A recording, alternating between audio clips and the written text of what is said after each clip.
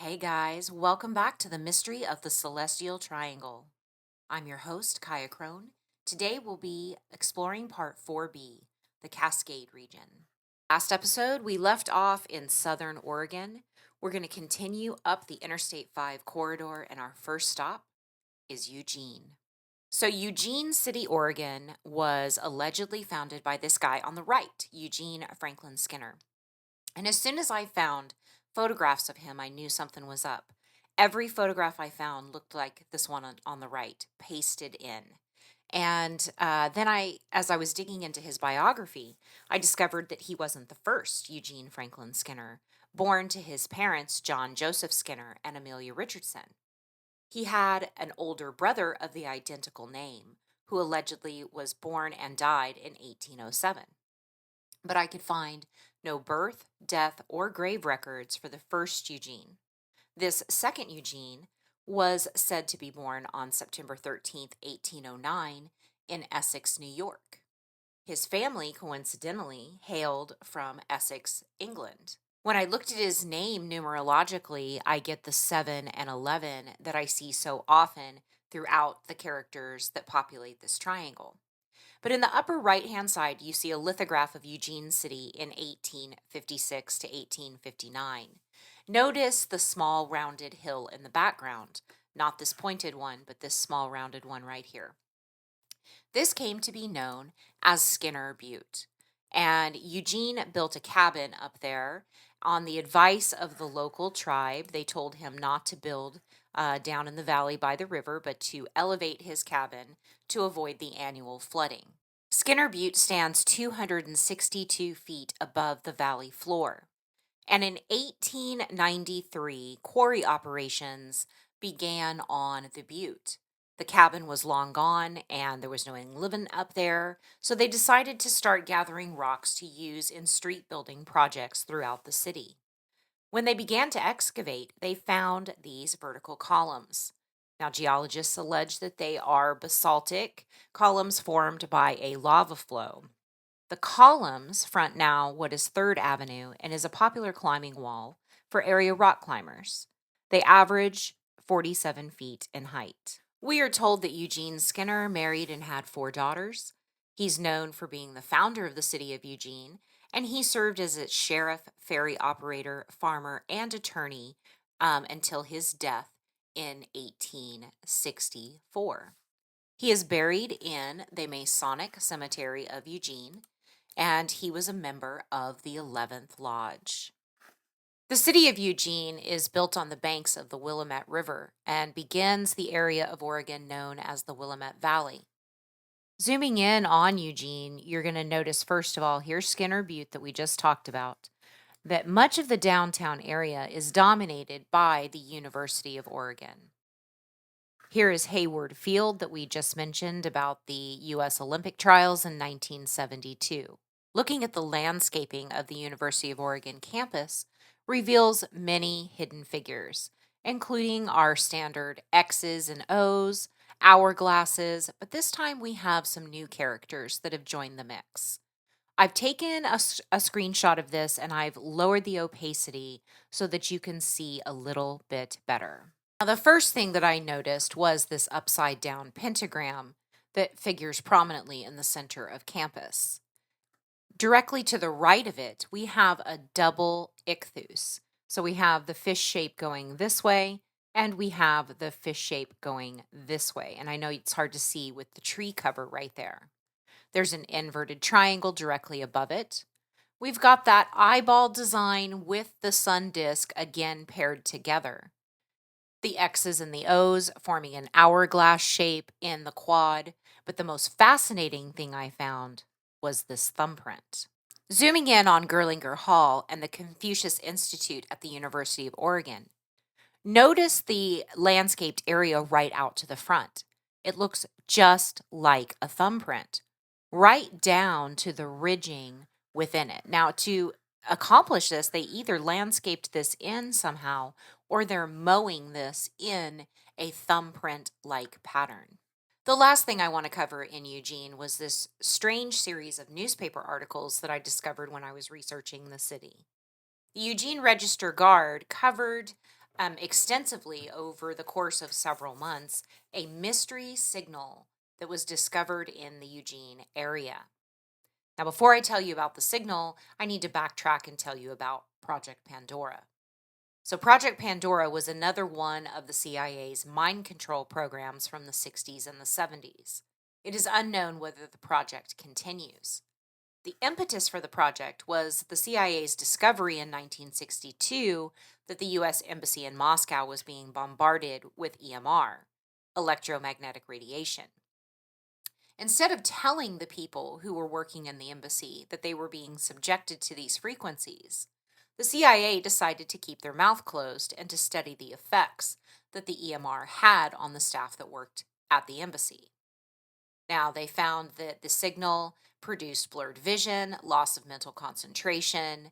There were significant effects on blood composition of the people who worked there, as well as unusual chromosome counts. Some of the workers even developed leukemia-like blood diseases.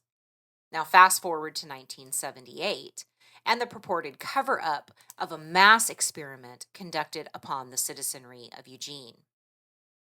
The Eugene Register Guard documented over 150 complaints of microwave sickness, including illness in the investigators brought into Eugene to try to discover the source of the signal. The strongest intensity of the signal was discovered approximately 3,000 feet above the city, at a strength of over 500,000 watts, or 10 times the FCC limits. Of course, the FCC sent in a team who quickly swept the whole thing under the rug by holding a press conference and announcing that they hadn't detected a signal at all, and they closed the case. The true source of the signal was never found. What I found intriguing about this is the recent discovery of the investigators at Skinwalker Ranch in Utah, and their discovery that the signals and the frequencies that are occurring there are also happening at approximately 3,000 feet above the ground. The citizens of Eugene contend that the signal comes and goes, and that it has never completely disappeared. Leaving Eugene and continuing north on I-5, we're going to come next to the Oregon capital of Salem.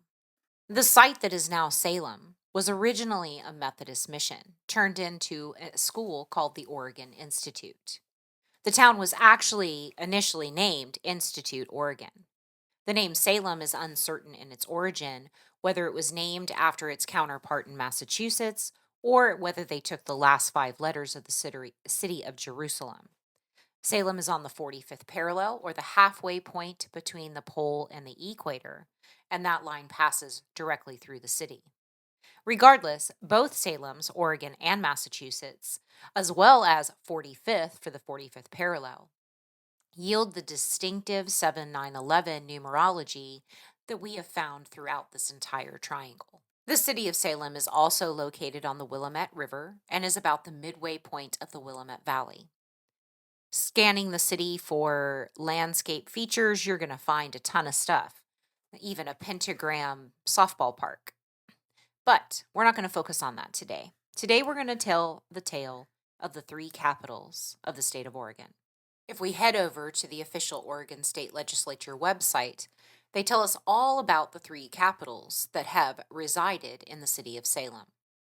The first Capitol building, 1854 to 1855, burned down just 11 days after it was built and dedicated. The second Capitol was built in 1876, and it also burned down in 1935, leading to the current building 1936 to present. Let's take a closer look at these 2 capitals that burned down. Of course, I wanted to go over to Stellarium and take a look at what the heavens had to say at the date and the time of both of these fires. So if you remember, Capitol number 1 was built and destroyed in 1855 and was only open for 11 days before that fire took place. The newspaper articles that I found all said that arson was suspected, but no investigation was ever really completed and no one was ever brought to justice for this event. Going to the heavens, here's what we find. On December 29th, 1855, at approximately 7 p.m., We find the Sun and Mercury both in the fire sign of Sagittarius. But Mercury is combust in the Sun, which means that they are aligned at the time of this fire. The second Capitol building, built in 1876, burning in 1935, the newspaper articles abound for this fire. And the early reports all talk about an incendiary event and explosions being heard by the staff. The newspaper articles even say that there were workmen there the night before that were disturbed by mysterious noises throughout the State House. Now, you'll notice also that the picture on the right-hand side, the dome actually melted. The fire was hot enough to melt the copper dome. And explosions were heard by several witnesses, not just by people who were working there, but people who were there visiting as well. But the official investigation ruled spontaneous combustion of an unknown source by the commission that was appointed to investigate the fire, much like all the other commissions that we've had since. Now, going over to Stellarium, what do we find? But Mercury combust in the Sun in a fire sign at the time of this fire as well. So April 25th, 1935 at 6:35 p.m. We've got the Sun, Mercury, and Uranus all in conjunction in the fire sign of Aries. But I found this as well. When I look at the fires side by side, Mars is in the same position in Virgo at the time of each of these fires, nearly 100 years apart. It is at 189 degrees right in the inside of the left elbow of the sign of Virgo. So I don't think I'm going too much out on a limb to say that these were intentional sacrifices of these buildings. The third Capitol sits amongst the complex that houses the rest of the legislative and administrative buildings for the state of Oregon. The most prominent thing that you will notice is that the dome of this Capitol is very oddly shaped. Many local residents and Oregonians refer to it as a paint can. The interior of this paint can rotunda reveals an 8-petaled flower with 33 stars and a chain circling them. Now, on top of the dome, we're going to find the Gold Man, or the Oregon Pioneer, that was carved by Ulrich Elherhusen and stands 22 feet tall. He is hollow, coated in 23-karat gold leaf, and there are 121 spiral steps used to reach the top, and he weighs 7.7 tons. Now, an interesting side note, Ulrich, this sculptor, also worked on the Palace of Fine Arts for the exposition in 1915 in San Francisco. I found it kind of interesting how much the Gold Man on top of the Capitol resembles Moroni, the angel that sits on top of every LDS temple. Our next stop up the I-5 corridor is going to be the city of Portland. When I began researching Portland, I very quickly discovered that there is way too much to include in this episode. So Portland and Seattle are going to be independent episodes on their own. I just cannot possibly do these cities justice in a short period of time. So they are going to be bonus episodes that will be coming soon. Now, moving on from Portland to the north, we're going to continue up I-5, and I found evidence of mounds. And most of us are conditioned to believe that mounds are only present in the eastern United States. But there is an entire area of mounds in Washington centered around the city of Grand Mound. Grand Mound, Washington was built right next to and partially on top of the largest mound in the area of 125 feet in height. Now, the state of Washington set aside the Mima Mounds National Area Preserve to preserve some of these mounds that are largely destroyed through building of cities, towns, and even private farms. You can zoom in on Google Earth and see that there are private homes that are built on top of these mounds. Now, does the state of Washington or the government in any way recognize that these mounds are created? No. They allege that they are either due to alluvial deposits or prairie dogs. Directly to the north of the mounds, we encounter the capital of Washington, the city of Olympia. Now, the very first thing that stood out to me, and probably stands out to you as soon as you zoom in on this area, is this very large phallic design that they've got landscaped in through Capitol Lake. The other thing that I noticed were all of these distinctive goggle type imagery that we find in the Capitol grounds and outside of the Capitol grounds. Capitol Lake was planned and designed by the same firm that designed the Capitol complex back in 1911. The lake, however, was not built until 1951, 40 years later. The design of the lake is 1.9 miles long with 1.1 kilometers squared of surface area. I also noticed a series of goggle-like designs in the landscape. You're going to see two right here. We've also got that head shape again with the band going across the third eye. Zooming in and reducing the opacity again, you can see how distinctive this design is in the Capitol grounds. It reminds me very much of a gas mask. And like most of the sites that we look at, we find war memorials scattered throughout the grounds and embedded into these landscape features. The Capitol building itself features a lot of symbology that I have not seen on most of the other buildings. And that is the intricate Corinthian columns with the anthemian petals or lotus flowers that circle the dome itself. There are also 4 smaller mini domes on each of the corners of the pediment that the dome sits on. The lower floors are surrounded by Doric columns, and the Corinthian columns that are used in this design were primarily used in temples built to honor the god Zeus or Jupiter. The radiating petal design are a symbol of unification of the upper and lower Nile rivers in Egyptian symbology, while in the Greek and the Roman they represent rebirth and are often found in tombs and mausoleums. Closer look at the dome and the intricacy of these designs. These are the lotus flowers that I was referring to, and these are the Corinthian columns. Definitely distinctly different from the Ionic columns and the Doric columns that we are accustomed to seeing. The dome itself is the 5th highest in the world. It is 287 feet tall, and it is the tallest in the United States.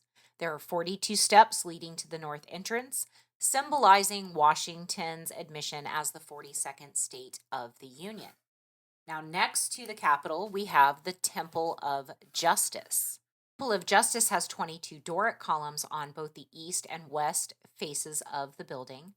And this is the only justice building in the United States that carries the official name Temple of Justice. The only other reference that I could find is to the United States Supreme Court, which was referred to by its reputed designer, Cass Gilbert, as a Temple of Justice. First Capitol of Washington, now called the Old Capitol, was actually initially used as the Thurston County Courthouse. Now, they tell us that this building was built in just 2 years, between 1890 and 1892.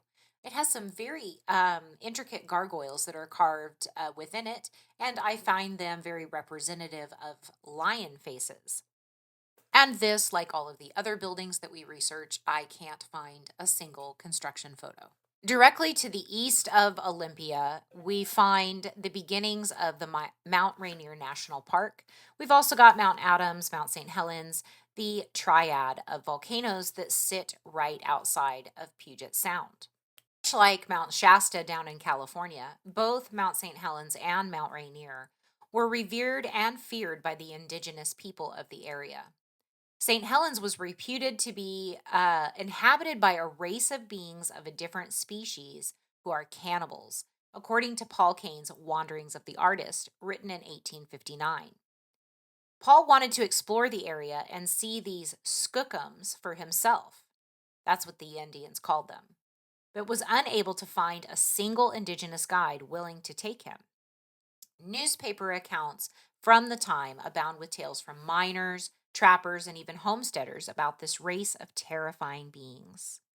Ape Canyon on the southeast shoulder of Mount St. Helens is named for these encounters, including the mysterious disappearance of skier Jim Carter in May of 1950.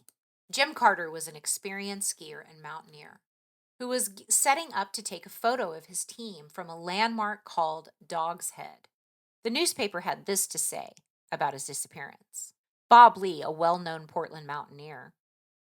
Carter's complete disappearance is an unsolved mystery to this day. This was the creepiest search I've ever participated in. The strangeness was palpable. On the way down the mountain, he, Carter, left the other climbers at a landmark called Dog's Head at the 8,000-foot level. He told them he would ski around to the left and take a picture of the group as they skied down to the timberline. That was the last anyone saw of Carter. The next morning, searchers found a discarded film box at the point where he had taken a picture. From there, Carter evidently took off down the mountain, a wild, death-defying dash, taking chances that no skier of his caliber would take unless there was something hot on his heels. He jumped over 2 or 3 large crevasses and evidently was going like the devil. When Carter's tracks reached the precipitous edge of Ape Canyon, the searchers were amazed to see that Carter had been in such a hurry that he went straight down the steep canyon walls. But they didn't find him at the bottom. We combed that canyon, one end to the other, for 5 days. Sometimes there were as many as 75 people in the search party.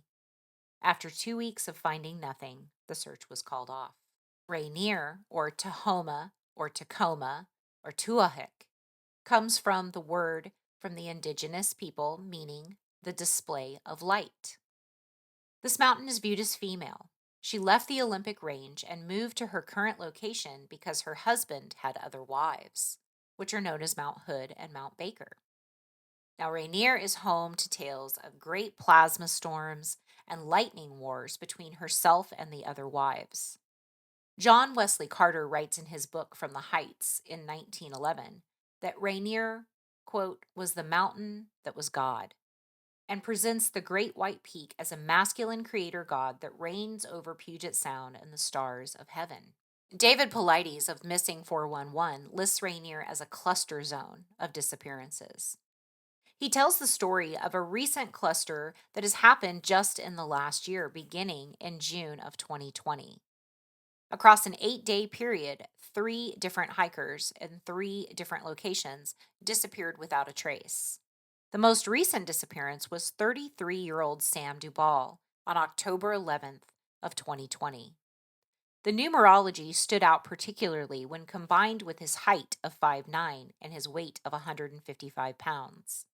There was a similar disappearance on the 11th day of November in 1997 when experienced hiker and photographer Chet Hansen vanished without a trace while photographing the lakes and waterfalls of the area. There have been a total of 4 disappearances within a 120-day window in 2020. 2 bodies were eventually found, but Sam and 1 other are still missing. I've linked David Paulides' most recent video in the description box below that chronicles all of these disappearances. If we continue up I-5, we'll come to Seattle and the Puget Sound area, which is going to be in its own bonus episode. We'll then move on to part 5 and explore the Lions Gate in Vancouver, British Columbia. I'd like to just give a little bit of personal information right now to let you know why it has been so long since I have put out a video, and to ask for your understanding if it takes me a little longer to finish this series than I had originally intended. I've received some very unsettling news about the health of one of my family members and have recently found out that we are going to have to move for that family member to receive treatment. This has been an extremely difficult adjustment mentally and emotionally to make. And I'm going to be very busy packing and moving over the next couple of months. So I just wanted to let you guys know that so you didn't worry about where I was and what was going on. Look for the bonus episode on our trip coming soon. We found lots of interesting stuff while we were on the road, and we are planning several more excursions and expeditions throughout the triangle to bring you bonus material for that as well. Much love to you all. I so appreciate your emails, and I enjoy doing this and being with you here on YouTube, and I look forward to seeing your comments for this video and those to come. Talk to you later, guys.